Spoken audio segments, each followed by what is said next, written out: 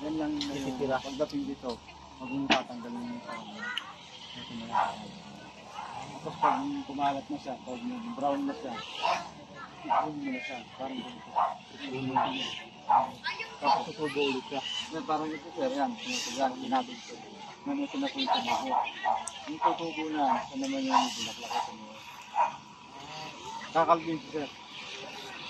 Yung wala kang makikita ang dahon. Yun pala yun.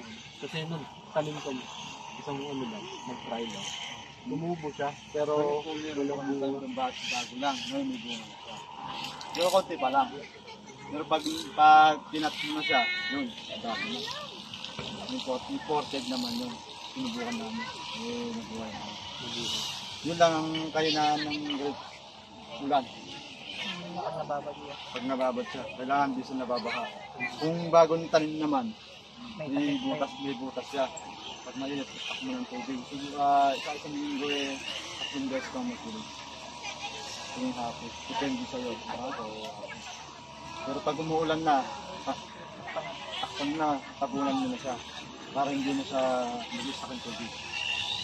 Pero pag malaki na siyang ganito sir, matakaw na sa tubig niya. Kahit yung babag mo ng tubig. Hindi na yan nakakaya. Kaya pero nagdidilig pa rin kayo sila. ito kagaya nito, hindi mo nagdinidilig ka. Hanggat may bunga ka. Kasi pag may bunga siya, biniligan mo siya. Yung tubig, mapupunta sa ubas.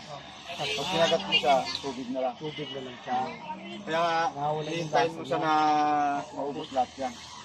Kung hindi mo na maubos yan, gagawin mo siyang white. Ginagawa namin white. Yung buto niya, ginagawa namin.